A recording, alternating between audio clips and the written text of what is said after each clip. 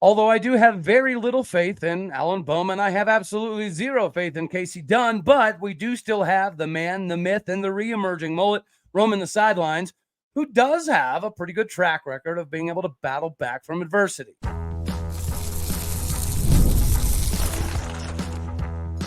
You are Locked On Oklahoma State, your daily podcast on the Oklahoma State Cowboys, part of the Locked On Podcast Network, your team every day. Howdy, y'all, and hello, all. Welcome back to Locked On Oklahoma State, your daily stop for all things Cowboy and Cowgirl related. My name is Cody Stovall. I want to thank you kindly for stopping by to make this your first listen. We're available on all of your podcasting platforms, visually as well on YouTube. Find me personally on X at All Day O State. Today, we're partially brought to you by FanDuel. Make every moment matter more, especially now when you can place a $5 bet that'll get you started with $200 back in bonus bets guaranteed. Just visit FanDuel.com to get started today. Meanwhile, we're going to shift right into the conversation of the Cowboys versus the Wildcats. And although I think Kasey Dunn is a disaster, 65th out of 67 teams in successful offensive rates, kind of prove that. And I pray and hope that K-State doesn't run a cover one, because evidently our quarterback doesn't know how to read it or fix it or deal with it, even though he admitted that it's a dream for wide receivers when you're in cover one. But nonetheless, we do still have Mike Gundy. And although Mike Gundy did say in a recent interview / press conference that he doesn't think anything needs to be adjusted or corrected on the offensive side of the ball, I refuse to believe that he actually believes that. I'm hoping that the Mike Gundy that dove back into everything to an unprecedented level last season is the same dude that's willing to do so right now. And yet, after South Alabama and Iowa State, we had to change some things fairly significantly. We saw some of those changes in the Iowa State game. It just wasn't quite enough. Whether he was actually calling plays on the headset, who knows? If he was in the headset trying to dictate what we were and were not going to do, I hope that's the case. And I'll actually hope that's the case again this weekend. For all of the trepidation that we have offensively with some of the ineptitude with the offensive line, the running game, and even to some degree the passing game, I know from a wide receiver perspective, we do look very, very good. And Alan Bowman does have moments whenever he's a pretty good quarterback. But he has moments where he's not a very good quarterback. And then he admits that it takes him at least a quarter to a half to finally settle in and get comfortable. I don't think that's what you want out of your quarterback. But we do still have the quarterback, Mike Gundy. And more often than not, when people have questioned Mike Gundy, including myself, he has found new, creative, and somewhat innovative ways to rise to the occasion and make a statement. Now, we all know that Kansas State is also in the mood to make a statement, not only to stay in the top 25, but to stay in the Big 12 title race, which kind of keeps you in the CFP race as well. So this is a do or die situation for both Oklahoma State and Kansas State, because essentially the loser of this game goes to 0-2 in conference play and likely gets pushed into a position where they need a lot of other circumstances to take place to have an opportunity. So this is almost a de facto play your way out of the Big 12 title contention game. Now, the Big 12 is wild and crazy, so that may not exactly be true, but seemingly it feels that way. Utah's a very good ball club, and as long as they stay remotely healthy, I don't think that there's a whole lot on their schedule left that can jump up and bite them, except for maybe the trip to UCF. We all know how that can go. I wasn't a big believer in KJ Jefferson, and I'm not necessarily still as a quarterback, but as we said previously, if he was willing to take on that Cam Newton style of bulldozer role, then they could be productive. Well, it appears as though he embraced that role, and they run an iteration of a crazy running attack with multiple weapons in the backfield, much like Kansas State. Whenever you look at some of the guys that Kansas State's going to be bringing to the table, we have some of the matchups that we need to pay the most attention to, and I decided to shake things up a little bit and add a couple different names. Of course, we're going to expound upon that, but for everybody out there that has doubted Mike Gundy, like myself included, all the way up until last season, he does have a good track record of bouncing back from adversity. So we can all say whatever we want, but if Mike Gundy's back's against the wall, for whatever reason, he prefers it to be that way, maybe, I don't know, but that's when he seems to be performing at his best. Now, we do know that this season he's not going to have to worry about diving into the special teams and drawing up the X's and O's and all that fun stuff because we have Sean Snyder. We also know that Brian Nardo is probably the dude working the most amount of hours in that office when it comes to the coordinators because he has something to prove and he understands that the talent that we have defensively does not equal the numeric value being associated with this defense. So he feels like he's in a little bit of a rectification project. And after the game plan he put forth against Utah, it does give us a little bit of hope that he's going to be able to replicate that against Kansas State. Again, this could be the biggest performance of the year for Brian Nardo because of the rushing mobile quarterback factor. And the fact that even with Jim Knowles, that was something that we struggled with pretty mightily outside of 2021. So if we are going to be able to shut down this attack, I do think that Mike Gundy needs to kind of be a little bit more involved in the offensive weekly meetings to put the game plan together and also to be kind of a checks and balances on the headset because most of the conversations he's had has been essentially talking about how he allows them to do their own thing so he can kind of mitigate the circumstances around all of the staff, which you do want if your coach can get to a level that he can take that CEO role, right? We discussed previously that he probably tried to step up into the CEO role maybe a little bit too early. He had a real things season, which he did, which is why I do have faith that between Mike Gundy and Brian Nardo and some of the top matchups that we're about to get into, this is a game that we certainly can win. I picked us to lose in Manhattan because of the backfield that they have. But if Brian Nardo can put forth a game plan that resembles Bedlam last year or the Utah game this season, then Mike Gundy can do the rest. He can do what's necessary offensively to make some things make sense on the field. Our scripting under Kasey Dunn has been atrocious. But last year, around mid-season, we noticed the scripting in the first quarter got significantly better. Did Mike Gundy have his hands in the cookie jar? I hope so, because whatever happened last year to completely flip this offensive around, it worked. Whatever we've been doing for the first few weeks offensively hasn't worked, and Mike Gundy has mentioned that several times in post-game press conferences, even in the W's, right? He talked about how our game plan offensively was not very good. He said that week after week after week. So although in an interview or press conference, he mentions that he doesn't think we need to change anything, I feel like he knows good and daggone well we got to change a lot of things. Whether it's the play calling, whether it's the scripting, whether it's the personnel, whether it's getting more experimental with how we're going to open run game, even if we're going to go back to zone blocking, throw in Sessi, give Trent Hallen some play, who knows? And you know what? It's been made abundantly clear that Alan Bowman's the dude from here on out.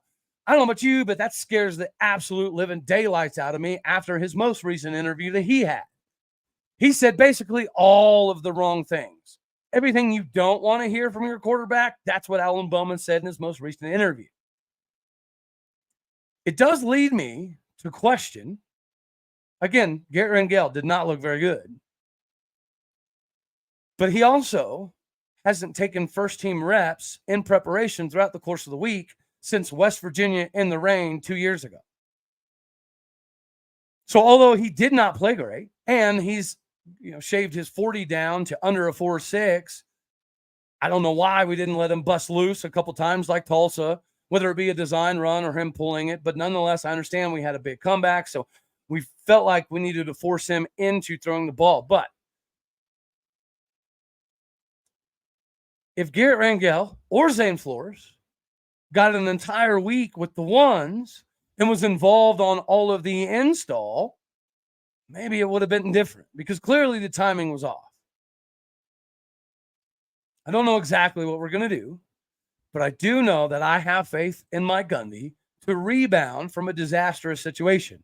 He brought in Paul Randolph to replace alumni and Cowboy great Greg Richmond because I do think that he sensed that this is probably the year. There's no Texas. There's no OU. You have 20 returning starters. You have almost 90% of your roster back from a 10-win team that did play for a Big 12 title. Mike Gundy understands, I assume, that this is probably one of the biggest opportunities ever of him being the coach at Oklahoma State to win a Big 12 title. to be better than everybody else, enough to win a Big 12 title and to make a run at the CFP. So if that sense of urgency is reverberating around the locker room from Mike Gundy, we should expect to see a different team, a different unit, a different mentality, and hopefully a different level of intensity. That has been one of the biggest issues, in my personal opinion, especially from the O-line, D-line perspective, is we're just too nice. And then from a fan base, we're always super friendly State fans, which is why this will never be a rivalry, because we love each other. We're a lot like each other. Our cities are set up the same way. The campus is kind of, very similar. So although we might not get the heat on the field, there's enough heat that needs to be generated from the dudes up front. If you play soft or practice soft, you're going to play soft. We have been super squishy soft on the offensive line. This has to be the week that we correct that.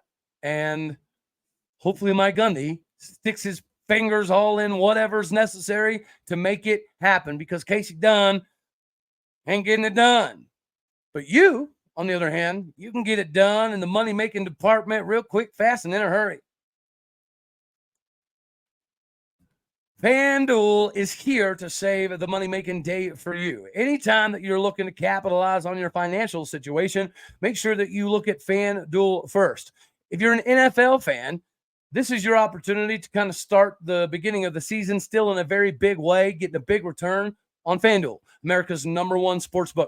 So when you get that tingling sensation that something crazy is about to happen, you can check the stats, view live play-by-play, and so much more on the same exact page where you're placing the daggone bet. You can get started right now with $200 back in bonus bets guaranteed when you place a $5 bet. That's with FanDuel.com. Go there today to capitalize on the gains. Maybe this is the game where Ollie Gordon gets it going and you can hammer the over regardless of what it is. If there's a game that we get to set him loose, right, it has to be this one. Push all the chips out onto the table and capitalize on your monetary value with FanDuel.com, and do it today. From FanDuel to the duel on the field between the players. Of course, Kansas State has a rushing attack that makes most teams in the country envious. Anytime you have a rushing quarterback, that is a factor on the numerical advantage that the offense can have. If that's the case and you do not have an extra dude, that requires a little bit of a superhuman performance from time to time. And when we're looking at superhuman performances, to slow down, Avery Johnson with 261 yards has more rushing yards than Ollie Gordon at 7.1 yards per clip. He is a problem. He's a problem designed for our freshman All-American, 6'5", 6'4", 250-pound safety/linebacker, Kendall Daniels. Kendall Daniels has been very, very, very underwhelming this season. He did have a massive, massive stop against Arkansas. And I do think that Utah, we did see a little bit of a different version of Kendall Daniels. If the Utah version of Kendall Daniels and the fourth quarter version of Arkansas Kendall Daniels shows up to chase down Avery Johnson all day, we could have a big day. I wanted to put Trey Rucker here because he's going to get his, but Trey Rucker might have a different responsibility because their tight ends are absolutely a problem as well. Not tight end, going back to the backfield, the 6'1", 212-pound running back DJ Giddens, top 5 in the Big 12 with 417 yards at 6.2 yards per clip, is tailor-made for Nick Martin. This is an opportunity, a game, and a dude in DJ Giddens that is going to give adequate film for what you can do against somebody who's going to be one of the top running backs in the draft. If Nick Martin can have a day against DJ Giddens, then we should end up getting the W. Now we'll go to the outside. Offensively, their leading wide receiver, #1, 6 foot, 180 pounds, Jace Brown. Jace Brown is averaging over 15 yards per completion. And I am very disappointed in the play this year for Corey Black. Cam Smith did score out top 10 in the country in PFF grades. So we're going to say Cam Smith. Number 3, the big DB in Stillwater is going to be matched up against Jace Brown. And Dante Cephas, right? The transfer slot receiver. He's going to be a problem too. But we've got to find a way to slow down number 1. Defensively, number 38. Defensive end, 6'5", 245 pounds, slash linebacker, Colin Oliver style of role, who's number 2 in the Big 12 in sacks, Brendan Mott. Our offensive line has been what? Say it with me. Charmin, squishy, soft for most of this season. But I would say one of the bigger highlights, and you can see it from the grading, has been Dalton Cooper. Dalton Cooper and Isaiah Glass were rotating until the Drake Springfield injury forced Isaiah Glass to go over to right tackle, which leaves Dalton Cooper out here somewhat on an island. If we're going to have an offensive lineman that is going to continue to try to put something on film to give himself an opportunity at the NFL, it has been Dalton Cooper. It needs to continue to be Dalton Cooper with this game. We cannot let this dude get in the backfield and get his hands on our quarterback because he's really good at it. It's a problem. Next, the number 45 linebacker, Austin Romaine. That name sounds familiar because it feels like he's been there for quite some time.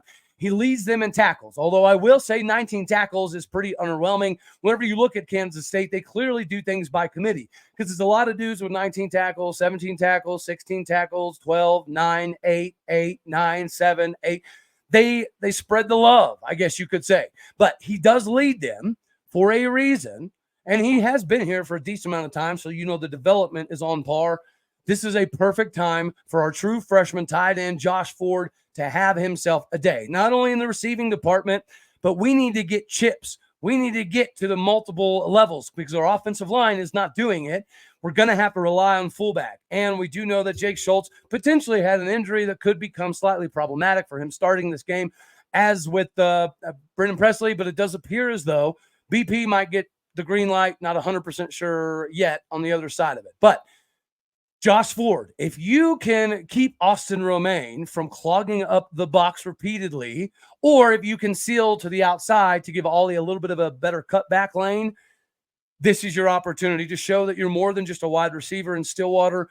You can get it done. True freshman, number 40. Next, we have the offensive tackle. My number 1 tackle that I wanted out of the transfer portal, he ended up going to Kansas State.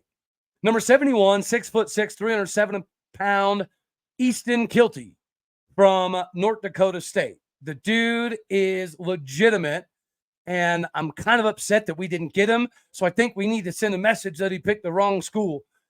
I have beat down the Deshaun Brown door, just like I've beat down the Jaleel Johnson door. So we're going to switch it up here. We're going to go with the ultimate, consummate, professional, and veteran, Cody Waltershot. This is your time, 6'7", 260-pound defensive end, to show all of these years have put you in a position to dominate this game, this dude at this time. Give me Cody Waltershot against Easton Kilty. Next and last, DeJon Stribling has proven to be our top wide receiver this season.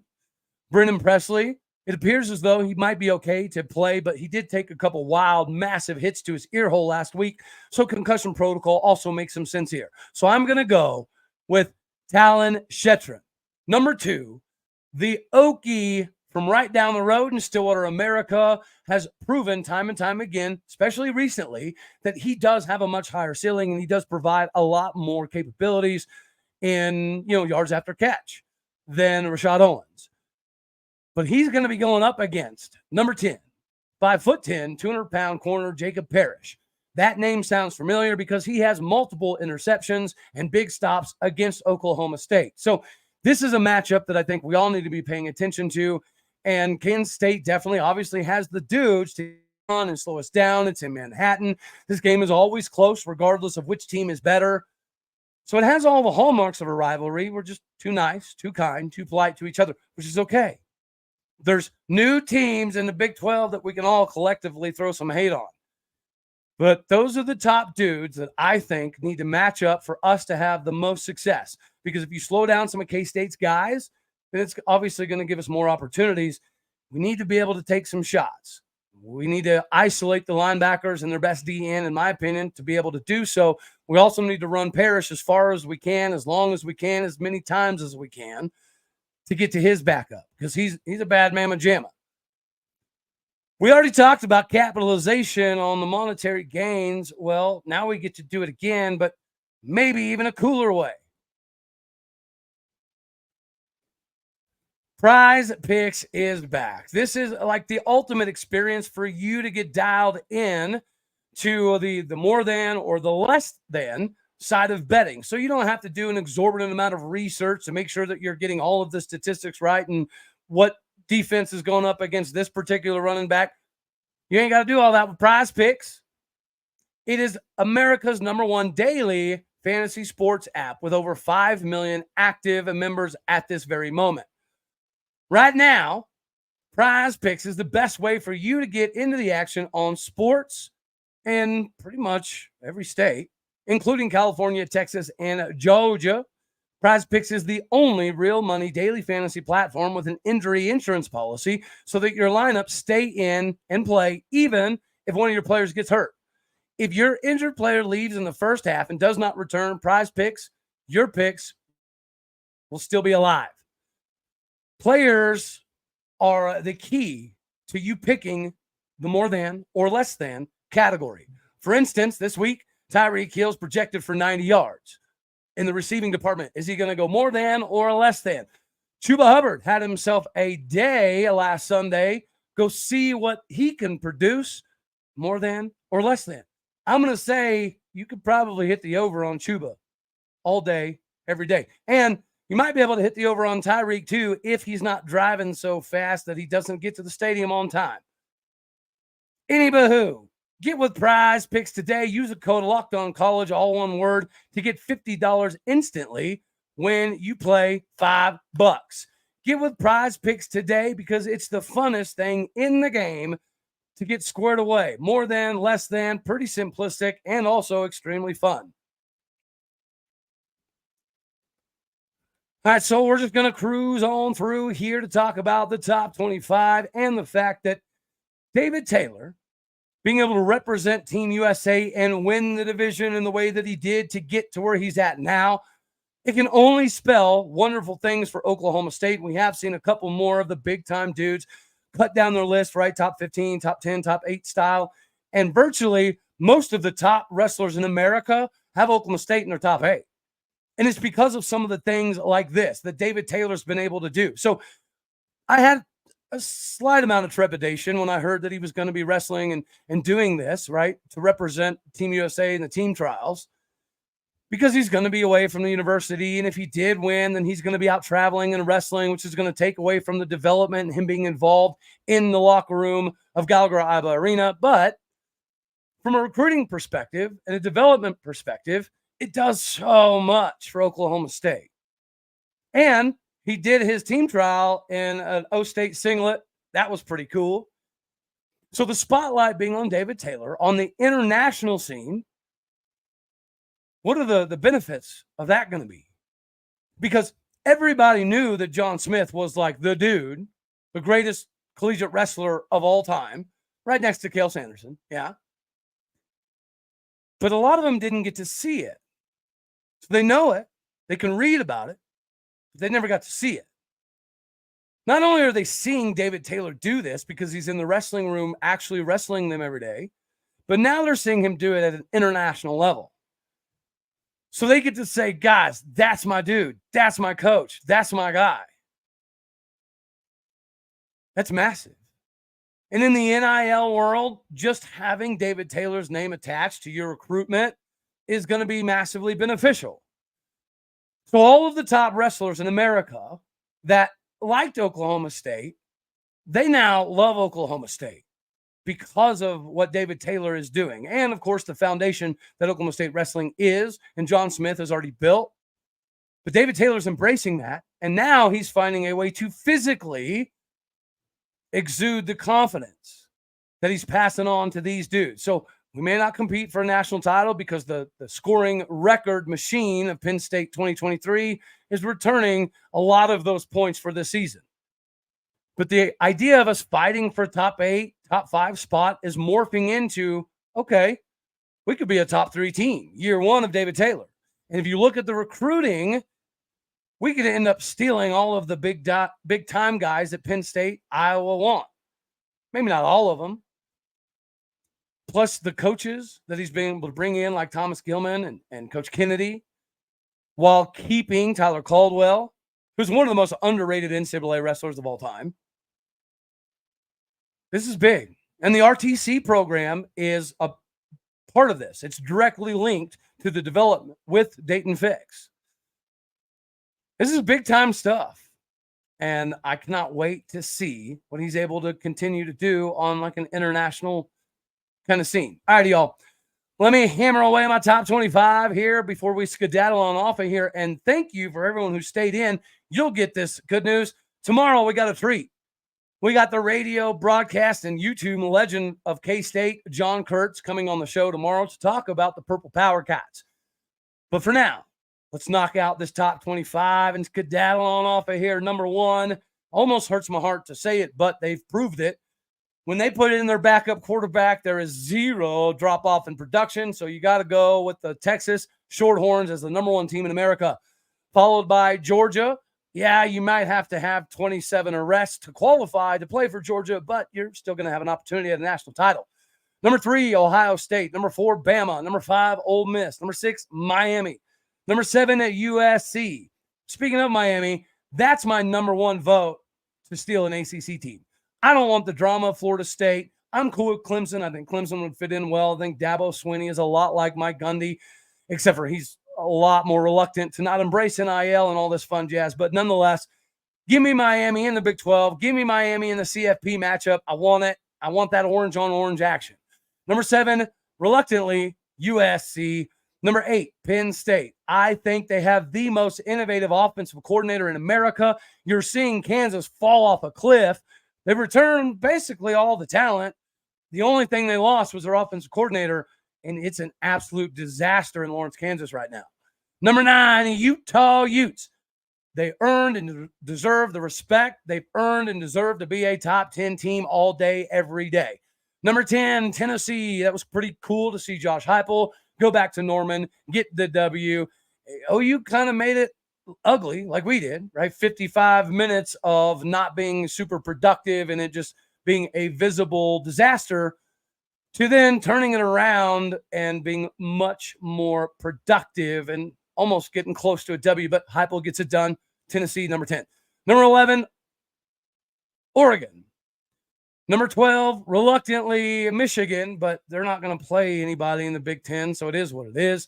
Followed by number 13, Mizzou. Number 14, Iowa State. Got to give them the love. They've been able to continue to just kind of get things done and Matt Campbell style away. So congratulations, Cyclones. You're in my top 15. Number 15, Louisville. Hopefully an ACC member that might be in the Big 12 as well. Number 16, reluctantly, Notre Dame. 17, USC.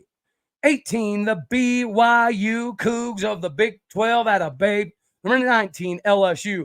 20, Illinois. 21, the Kansas State Purple Power Cats, who we play this Saturday. Nobody else has them ranked, so I do. The UCF Knights. How can you continue to doubt this rushing attack at UCF with the semblance of a decent defense? Number 23, Boise State. Number 24, Washington State, a.k.a. Wazoo. And I guess get it in while the getting still exists. I got UNLV at 25. They're the biggest train wreck in all of college football right now. The quarterback situation, quitting the team. I know he maybe didn't get the money that he was promised. Neither did the running back. But quitting on the team in the middle of the season, I don't think you should get picked up by anybody, anywhere because of that. That proves that you don't give 13 craps about your team, the locker room, the university, the coaches, the recruiting, none of it.